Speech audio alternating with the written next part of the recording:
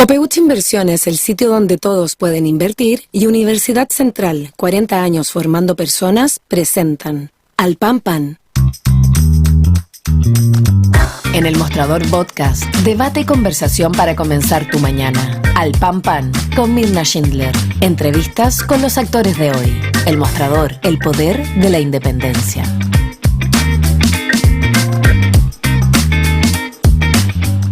¿Cómo están ustedes? Muy buenos días, pido disculpas, partimos un poquito más tarde porque tuvimos ahí unos problemas técnicos, pero ya los resolvimos. Ustedes saben, estas son transmisiones que se hacen a través de streaming y a veces el internet y otras cosas nos juegan una mala pasada, pero ya está resuelto para poder conversar con nuestro siguiente entrevistado. Pero antes quiero contarles que en el siguiente bloque vamos a estar metiéndonos de lleno en la polémica que se ha armado por la irrupción de la presidenta Bachelet, la expresidenta Bachelet, en la franja del en contra, pero sobre todo en el tema de las mujeres y cómo queda la situación de las mujeres y sus derechos en el texto que se plebiscita este domingo. Vamos a estar con eso, pero antes entramos nuevamente en el tema de las ISAPRES. ¿Y por qué nuevamente? Porque este es un tema muy complejo. Las ISAPRES ya han advertido que están al borde de la quiebra porque la aplicación del fallo GES, que es uno de los dos fallos que ha resuelto la Corte Suprema,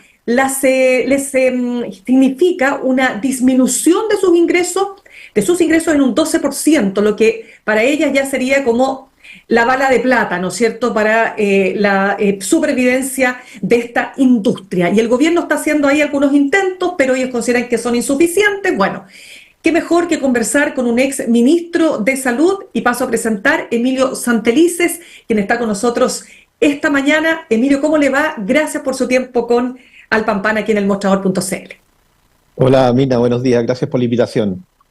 Emilio, yo quiero preguntarle, antes de entrar en los detalles de lo último que está dando vueltas en relación a cómo se resuelve esta crisis, pero lo primero para partir conversando. Acá, durante varios años, se dejó, digamos, de avanzar en una reforma considerada esencial y que podría haber evitado precisamente esta crisis, como es la reforma a la salud y la reforma a las ISAPRES. Entonces yo quiero preguntarle, ¿de qué manera cree usted que los gobiernos son responsables, y por supuesto también la industria, de que estemos en el actual estado de cosas en que estamos? Bueno, efectivamente aquí hay llamémosle una responsabilidad colectiva, pero para no llevarlo a fuente ovejuna, digamos, que finalmente nadie es, precisamente aquí hay una responsabilidad de la industria. Ellos evitaron o limitaron la posibilidad de reformularse a partir del fallo del Tribunal Constitucional hace un poco más de 10 años, y de la clase política, porque efectivamente los distintos gobiernos, a mí personalmente me correspondió y yo propicié una reforma al sector y hablé claramente en ese entonces de que avanzar en una lógica de seguridad social en salud, y quienes hoy día son gobiernos se opusieron tenazmente, y así ocurrió también en nuestro gobierno. Entonces, claramente, esta es una situación terminal que se produce porque como país no fue posible ponerse de acuerdo, aun cuando los antecedentes estaban a la vista para resolver el tema. O sea, perdón, usted dice que este tema es terminal, o sea, ¿usted no le ve resolución a esta crisis que están pasando las ISAPRES? No, lo digo en el sentido, quizá me expresé mal, lo digo en el sentido de que es la última fase en donde tenemos que resolverlo sí o sí, porque de lo contrario y de no acudir todos quienes estamos involucrados de una u otra forma en el sector salud a una solución, ahí sí que sería finalmente terminal. Quiero decir terminal en el sentido de que ya es la última instancia en donde no hay retorno y hay que solucionarlo de todas maneras. Vamos entonces a lo que se ha planteado en estos últimos días, ¿no es cierto?, respecto de cómo enfrentar básicamente lo que es la aplicación del fallo GES, es decir, las primas que se cobraron de más, ¿no es cierto?, digamos, relacionados con este ítem, que es las garantías explícitas en salud, ¿no es cierto? Las ISAPRES cobraron de más, hubo un fallo de la Corte Suprema que las obliga a devolver los cobros de más, y eso sumado al otro fallo que ya hemos comentado en otras ocasiones. Las ISAPRES dicen que esto va a tener un impacto de una disminución del 12% de sus ingresos y que en definitiva este es el tiro de gracia. ¿Usted ve que la aplicación estricta de este fallo las lleva definitivamente a la quiebra? Bueno, nosotros cuando a mí me tocó junto con el doctor Cristóbal Cuadrado, ex subsecretario de Salud de este gobierno, y con el doctor Manuel Nájera, actual jefe de asesores de la ministra, coordinar la comisión de expertos que llamó a la Comisión de Salud del Senado. Y en ese informe nosotros usábamos todos los datos de la superintendencia, porque trabajamos también con el apoyo del centro del área de estudio de la superintendencia. Pudimos constatar que efectivamente la aplicación del fallo GES generaba una disminución de un 12% de los ingresos de la ISAPRE. Y es por ello que también en el informe advertimos que esta situación, como tenía una temporalidad más inmediata en cuanto a su aplicación, requería de medidas urgentes. Y en esa propuesta misma, nosotros lo que le hicimos ver a la Comisión de Salud, que a su vez se lo entregó al gobierno, es que aquí había que buscar una solución integral, porque el tener soluciones puntuales no daba cuenta de la complejidad del problema. Y desde allí es que nosotros hicimos una serie de medidas que quizás vamos a conversarla ahora, para que definitivamente esto se resolviera. Y por otro lado, le propusimos a la Comisión de Salud y de allí al gobierno que había que avanzar en temas más estructurales también, toda vez que ya era insostenible que siguiéramos haciendo soluciones de parche, en circunstancias que ya había suficiente antecedente. Y fíjese, Mirna, consenso. La comisión que nosotros coordinamos fue una comisión que representada por todos los sectores políticos, y gran parte del virtuosismo de ella fue porque pusimos por delante los alcances sanitarios que esto tenía, y hicimos ver que la problemática que enfrentábamos no tenía que ver con sectores de izquierda o de derecha o de quien fuera, sino que era un tema de salud pública. Y de ahí entonces logramos esos consensos que creo que en los tiempos actuales son una tremenda contribución que se le puede hacer al país. Hablemos de estos consensos para entender ya cuáles son las propuestas que ustedes hicieron y si esas propuestas, Emilio, van en línea con lo que está planteando el gobierno en estas horas. Bueno, nosotros entendimos el problema en varios aspectos. Uno de ellos, lo que usted ya señalaba, las consecuencias del fallo GES, que es el que hoy día nos convoca, ¿no es cierto?, por la urgencia que tiene. En segundo lugar, el fallo asociado a la tabla de factores. Y de allí nosotros, y a propósito de eso, en la tabla de factores, el impacto que iba a tener las devoluciones de los excesos, que de acuerdo al fallo, las ISAPRES tenían que concurrir. Y de acuerdo a ello, entonces nosotros definimos el cálculo de esa deuda, y en segundo lugar definimos hacia adelante cómo se cancelaba esta deuda y cómo se lograba nuevamente el punto de equilibrio de la ISAPRE, es decir, cómo ellas se ajustaban para mantenerse en cifras azules y darle sostenibilidad al sistema y no amenazar la continuidad de los tratamientos de los enfermos. Y todas estas indicaciones, y así fue como nos solicitó la Comisión de Salud, tenía que hacerse bajo estricto apego a los fallos de la Corte. Entonces, esta fórmula que tenía que ser con muchas variables, nosotros nos llevó en primer lugar a ver el tema de la deuda. Y en el tema de la deuda nosotros propusimos dos mecanismos, uno que era alternativo, no ambos, sino que uno que era la mutualización de la deuda, y lo podemos explicar luego, y eso nos llevó a que la deuda era de 450 millones de dólares, y no de los 1.400 que había dicho en su momento el superintendente, que por lo demás siempre dijo que esa interpretación había sido literal.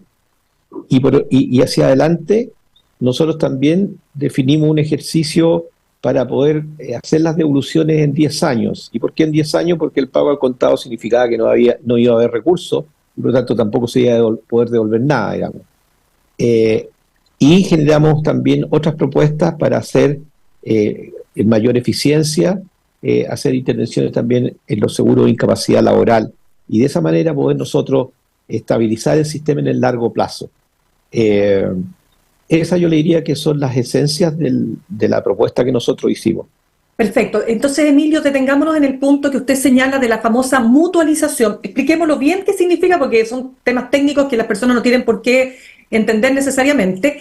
¿Y qué pasa ahí con el gobierno? Porque ustedes proponen 450 millones, bajarlos a 450 millones de dólares, el gobierno tiene otra cifra, y en definitiva, ¿sabe lo que pasa? Que cuando usted me habla, yo siento como que ustedes son como la comisión de expertos en el proceso constitucional. Es decir, que logran, ¿sí o no? Que logran distintos sectores consensuar, pero luego se devuelve al Consejo y la cosa es distinta. ¿Ah? Entonces quiero saber ahí bien qué es lo Sí. donde esos consensos que ustedes lograron, ¿por qué no se han aplicado directamente o por qué no se han trasladado directamente, ¿no es cierto?, a las propuestas que está haciendo el gobierno? Bueno, en la interpretación, la mutualización es un concepto que viene del mundo de los seguros. O sea, Ujú. cuando yo tomo un seguro, yo tomo el seguro por la probabilidad que yo vaya a tener un determinado riesgo y que no voy a tener los recursos. Y lo explico, Mirna, en un ejemplo muy simple. Nosotros tenemos 100 personas y sabemos que eh, el 5% de ellas va a tener cáncer, ¿ya? Y tenemos que, había entrado una llamada ahí, Sí, no y se tenemos preocupe. entonces, el 5% va a tener cáncer y ese cáncer va a costar 100.000 pesos. Estas 100 personas, ninguno sabemos a cuál nos va a corresponder, a cuál vamos a tener cáncer, y cada uno entonces pone 5.000 pesos. Vamos a juntar entre todos 500.000 Ujú. pesos. Todos pusimos 500.000 pesos, los 100, vamos a juntar 500.000 pesos y solo 5 van a tener que ocupar esos 500.000 pesos, cada uno 100.000 pesos, que es lo que vale el tratamiento. Eso es mutualizar, es decir, cada uno aporta una determinada cantidad que va a un pool de riesgo y el que tenga el riesgo y tenga que consumir porque tuvo esa enfermedad va a hacer uso de esos recursos. Ese es el principio por el cual cualquier seguro funciona. Y eso es lo que se llama el mutualizar, o podemos, en el fondo, un concepto de solidaridad, es decir, yo voy a aportar 5.000 pesos, usted va a aportar 5.000 pesos y todo así, y de esa manera se va a juntar un fondo y quienes vayan a utilizarlo se van a quedar con ese fondo, pero yo no voy a poder pensar que esa plata me la tienen que devolver si es que yo no la ocupo. Entonces, cuando nosotros dijimos que bajo el principio de la mutualización teníamos que hacer los cálculos, lo que se hace es precisamente ese ejercicio. Y ese ejercicio es el que da definitivamente que el exceso que las ISAPRES tienen que devolver son 450 millones de dólares y no 1.400 millones. Ya, ¿y ¿Qué es lo dónde que choca ocurre? esa propuesta con el gobierno? Claro, el gobierno finalmente cuando manda las indicaciones, ellos ponen 1.000 millones porque ellos dicen, a opinión del ministro Cordero, que eso chocaría con el fallo de la Corte. Sin embargo, hay otras interpretaciones jurídicas y se invitó al constitucionalista Patricio Zapata, una persona connotada en nuestro país, a dar su opinión en la Comisión de Salud del Senado, y él entregó los fundamentos por los cuales él sostiene que esto no es inconstitucional.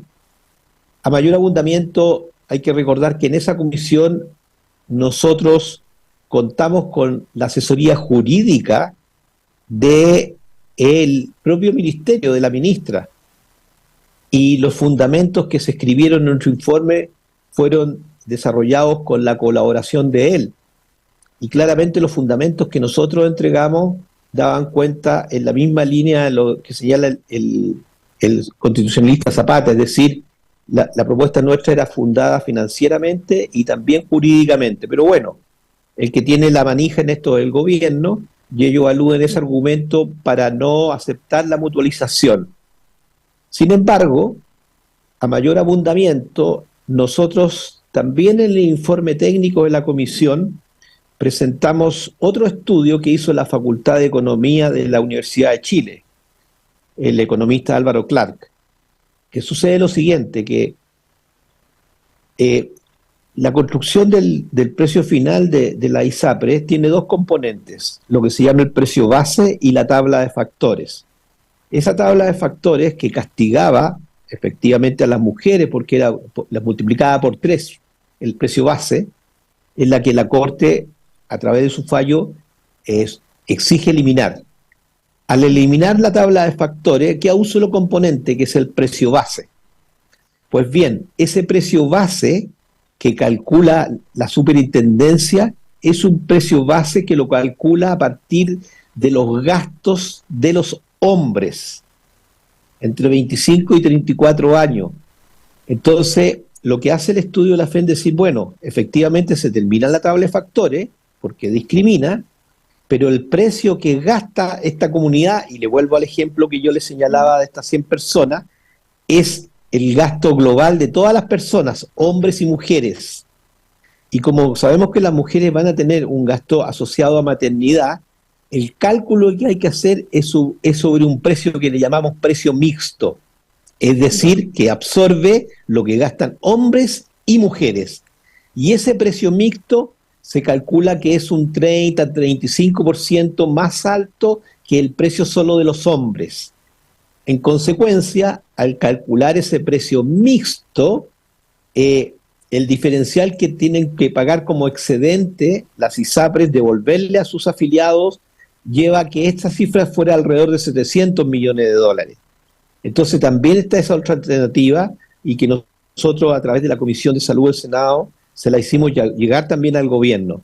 Entonces, ya sea por un mecanismo o por otro, si nosotros somos precisos y utilizamos las reglas de solidaridad que subyacen en el cálculo de estas primas y se corrige el error que cometió la superintendencia, debiéramos inserar el precio real que el cual hay que devolver. Y esa situación no está adecuadamente resuelta en las indicaciones que mandó el Ejecutivo.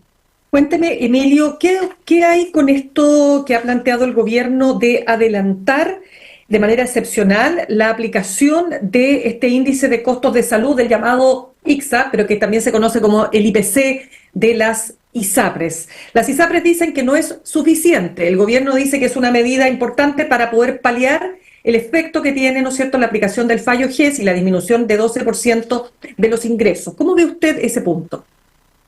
Bueno, efectivamente, si tomamos los números que nosotros sacamos y que yo ya señalaba que muestran una caída que es la más importante del 12% de los ingresos, y nos paramos en la situación, porque el primer capítulo de nuestro informe fue dedicado a tomarle una fotografía al sistema, para saber, bueno, ¿dónde estamos parados? Y efectivamente, la situación financiera hoy día está en un equilibrio muy, muy feble, y los indicadores financieros que tiene la ISAPRE, los indicadores que se llama de solvencia, de patrimonio y las reservas están en sus límites, es decir, por ley, las ISAPRES tienen que tener una cantidad de recursos frente a eventualidades, y esos indicadores están en el límite. Dicho eso, entonces, cuando uno calcula el ICSA, ejercicio que nosotros también hicimos, y hace algunas correcciones que se consideraron hoy día en la propuesta del gobierno, y de acuerdo a cómo hay que hacer ese cálculo de ICSA, algunas ISAPRES no van a poder subir el precio por ese concepto, y otras lo van a subir solo en el 5%. Y eso significa que la mitigación, en un caso, no va a tener ningún impacto, no va a haber mitigación, y en otro va a ser en términos muy marginal. Entonces, es una medida que efectivamente no resuelve el tema puntual, y por eso nosotros siempre sostuvimos en la comisión, y después se reiteró a partir de otra comisión que desarrolló en la Comisión de Salud del Senado, una comisión técnica, que aquí había que avanzar en una propuesta global. ¿Por qué? Porque eso permitía dar certezas y poder a todos los actores acomodarse en un tiempo que va a ser inmediato, de aquí el primer semestre, en medidas de mitigación global para salir adelante de manera definitiva con el problema. En cambio, si vamos con una medida que no sirve, después otra medida, se mantiene la incertidumbre y se puede caer en insolvencia en el breve plazo. Entonces, de ahí que nosotros sostenemos que debiéramos generar un gran acuerdo, que de hecho en todos los expertos y en todas las comisiones que se han generado, esos acuerdos se han alcanzado, y el espacio que está que el gobierno los acoja, para de ahí generar una gran propuesta sin perjuicio que haya medidas puntuales, pero en un marco global de renovación de este sector, por las razones que ya hemos comentado. De acuerdo, pero aquí para usted, Emilio, con su mirada desde ahora ya fuera de la administración pública, usted fue ministro de Salud, ¿no es cierto? Usted sabe lo difícil que es gestionar, me imagino, un ministerio tan complejo, pero centrándonos y concentrándonos en el tema de las ISAPRES, ¿por qué diría usted que no se ha logrado entonces si ya ustedes presentaron una propuesta que fue de consenso, como dice usted? Si Patricio Zapata dice que esa propuesta está absolutamente en línea con el tema constitucional, es decir, que no es inconstitucional, entonces, ¿por qué diría usted que no se logra resolver este tema? La verdad es que yo pienso que hoy día la última palabra la tiene el gobierno y pienso que al interior del gobierno hay aproximaciones diferentes. Yo creo que todavía subyace un subgrupo que piensa que esta es la oportunidad de terminar con el sistema.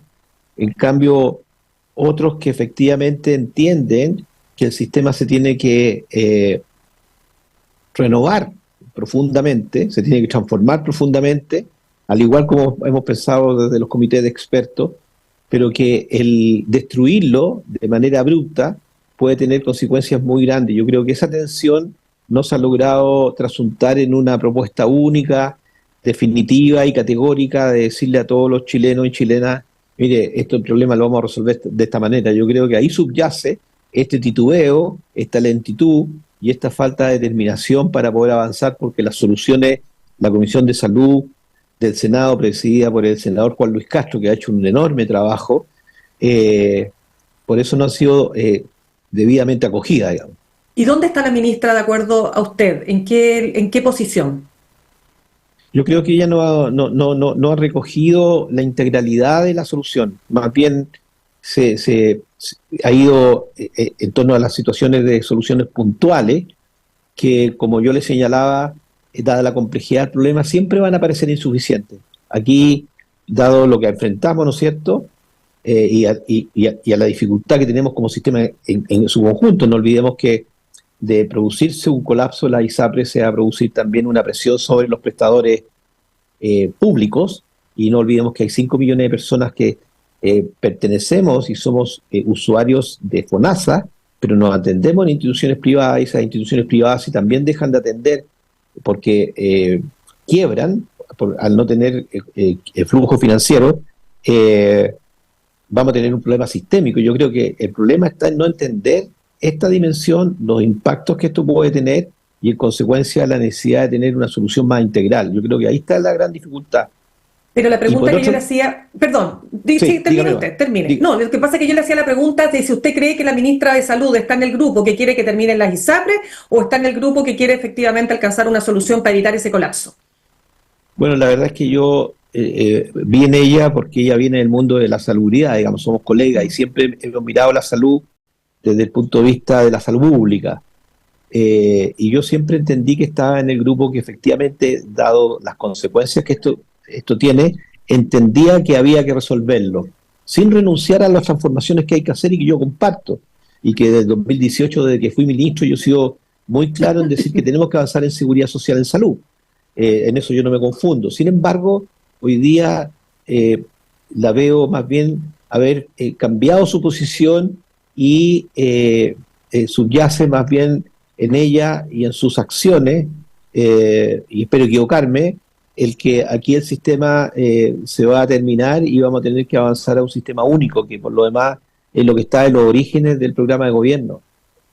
Pero usted no diría en la práctica, Emilio, que estamos en un sistema casi único, porque finalmente lo que se ha empezado a producir mucho antes de una reforma es un descreme de las ISAPRES, es decir, cada vez son más las personas que se están pasando a FONASA porque son incapaces de pagar los planes de salud, cada vez más inaccesibles para la mayor parte de la población, por cierto. Sabemos que siempre las ISAPRES han sido para un grupo minoritario, pero cada vez está siendo menos la cantidad de personas que están en ISAPRE y cada vez más las personas que están en FONASA. Claro, lo que ocurre, Mirna, es que todavía son 2,5 millones de personas las que están allí, no es un número menor. Y por otro lado, no existen las capacidades del sistema público para poder absorber a estas personas, y eso es definitivo. O sea, hoy día no olvidemos que hay 5 millones de personas beneficiarias del FONASA que se atiendan en los sistemas de prestadores privados, y en consecuencia no podemos soslayar esa enorme realidad. Y más aún, también en todas las encuestas, las personas privilegian que tengan la opción de poder elegir, la libertad de elección, entendida esta como una forma de contar con distintas alternativas y cuando los recursos no están lo suficientemente disponibles, que sea el Estado el que concurra a complementar esos gastos. Todas esas visiones están instaladas, entonces malamente nosotros podríamos a la fuerza, por así decirlo, destruir un sistema porque también esa transición sería tremendamente traumática. Ya, o sea, el sistema no podría absorber, o sea, FONASA no podría, en ningún caso, dice usted, absorber a la cantidad de personas que tendrían que, si se acaban las ISAPRES, tendrían que emigrar a FONASA. Absolutamente, porque además no olvidemos que en el sistema público hoy día tenemos una realidad que habla por sí sola. Nosotros tenemos más de 2,5 millones de personas en lista de espera por procedimiento y por diagnóstico, y tenemos más de 300.000 personas en lista de espera por cirugía. O sea, tenemos un sistema que es feble y que tiene limitaciones. Sabemos, fíjese que, Mirna, que históricamente en las listas de espera GES, yo fui presidente del Consejo GES por mucho tiempo, hasta hace 2 meses atrás, nosotros históricamente teníamos listas de espera de 6.000, 7.000 personas de GES, de garantías GES no cumplidas. Y de esas, hoy día, son 70.000, o sea, se multiplicaron por 10. Y ya ha pasado un tiempo después de la pandemia. Entonces, cuando nos enfrentamos a esa realidad cruda, pura y dura, tenemos que ser muy responsables en buscar soluciones que sean armónicas. Entonces, lo que sostenemos, quienes hemos participado en estas comisiones, que es distinto avanzar en una reforma desde lo que se tiene o avanzar en una reconstrucción al haber destruido un sistema. Y eso es lo que tenemos que evitar, y por eso la invitación que siempre le hemos hecho públicamente y privadamente al gobierno es a acudir a estas soluciones que son técnicamente sustentables, que son consensuadas, que son transversales y que nos van a permitir transitar. Y fíjese, Mirna, que aquí hay una buena noticia. Lo que nosotros le hemos propuesto y la Comisión de Salud le ha propuesto al gobierno es avanzar en terminar con, entendiendo que las ISAPRES se acogen y se incorporan a la seguridad social, ellas van a tener que tener mancomunión de riesgo entre los usuarios, terminar con las preexistencias, en consecuencia terminar con la declaración de salud y instalar la libre movilidad entre los usuarios de las ISAPRES. O sea, todo eso está a disponibilidad hoy día y van a existir los votos para aprobarlo, y eso es una tremenda noticia para los chilenos y las chilenas. Ya, o sea, para usted aquí, el rol principal, es decir, la principal responsabilidad de que esto no se haya resuelto, ¿lo tiene el gobierno más que las ISAPRES mismas? A ver, hay que ser claro, en la responsabilidad de la génesis, como lo conversamos al principio, están las ISAPRES, sí o sí, y eso no hay que titubear en señalarlo. Pero en la responsabilidad hoy día de darle solución a eso, obviamente la llave la tiene el gobierno. El esfuerzo que se ha hecho de la Comisión de Salud del Senado, como asimismo los distintos especialistas y gente involucrada en salud pública que hemos hecho, es poner a la disposición del gobierno los fundamentos y los marcos jurídicos por los cuales esto se puede hacer. O sea, el gobierno y particularmente la ministra, por así decirlo, tiene la mesa servida. Ella puede, con su solo gesto de incorporar indicaciones, dar un salto que va a ser histórico para este país en materia de salud pública. Emilio, lamentablemente se nos acaba el tiempo, tengo otras miles de preguntas que hacerle respecto a un tema que por supuesto es complejo, pero quiero darle las gracias por haber estado con nosotros esta mañana y por cierto que estaremos conversando con usted, porque este es un tema que por cierto no se va a acabar en estas semanas, o sea, lamentablemente no parece muy cercano, digamos, la resolución. Muchas gracias por haber estado con nosotros entonces, Emilio. Gracias, Mirna, por la invitación. Gusto saludarla. Que esté muy bien. Gracias. Saludamos a nuestros auspiciadores. Ahorrar cotidianamente se puede y de forma organizada, rápida y online con Ahorrando, la nueva funcionalidad de tu app Copeuch, en donde puedes programar ahorros de manera fácil y entretenida, eligiendo tus propias reglas y metas. Haz que el ahorro sea parte de tu vida con Ahorrando de Copeuch. Más información en copeuch.cl. Y Universidad Central, 40 años formando personas. Ven a vivir la experiencia USEN. Para los que buscan avanzar, posgrados USEN acreditada y adscrita en gratuidad. Conoce más en posgradosusen.cl. Nos vamos al corte y al regreso conversamos con la abogada, profesora titular de la Facultad de Derecho de la Universidad de Chile, María Angélica Figueroa. Todo lo que tienes que saber acerca de las propuestas en materia de mujeres del texto constitucional que se plebiscita este domingo. Ya volvemos. En instantes, una nueva entrevista en Al Pan Pan con Mirna Schindler por El Mostrador Podcast, el poder de la transparencia.